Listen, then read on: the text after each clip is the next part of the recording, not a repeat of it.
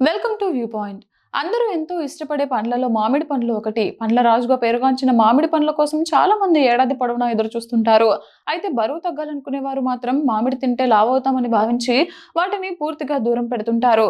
కానీ నిపుణుల అభిప్రాయం ప్రకారం సమస్య మామిడి పండ్లలో కాదు, దాన్ని తినే విధానంలోనే ఉంటుంది. సరైన పరిమాణంలో సరైన విధంగా తీసుకుంటే మామిడి పండ్లు బరువు తగ్గే ప్రయత్నాలకు అడ్డంకి కావాల్సిన అవసరం లేదని చెబుతున్నారు. చాలా మంది మామిడిని మిల్క్ షేకులుగా తయారు చేసి అదనంగా చక్కెర కలిపి లేదా ఆమ్రస్ రూపంలో తీసుకుంటారు. మరికొందరు భారీ భోజనం చేసిన తర్వాత కూడా ఎక్కువ మొత్తంలో మామిడి పండ్లు తింటారు. ఈ అలవాట్ల వల్ల మొత్తం క్యాలరీల వినియోగం పెరిగి బరువు పెరిగే అవకాశం ఉంటుంది. అయితే దీనికి కారణం మామిడి పండు కాకుండా దాన్ని తీసుకునే విధానమే. ఆరోగ్యకరమైన పద్ధతిని పాటించాలి. ఆరోగ్యకరమైన పద్ధతిలో మామిడిని ఆహారంలో చేర్చుకోవాలని నిపుణులు సూచిస్తున్నారు. మామిడిని ముక్కలుగా కోసుకొని నేరుగా తినడం ఉత్తమం. దీనిని ప్రత్యేకమైన చిరుతిండిగా తీసుకోవాలి. చక్కెర, సిరప్లు లేదా తీపి పదార్థాలతో కలిపి అధిక క్యాలరీల డిజర్ట్ గా మార్చకూడదు.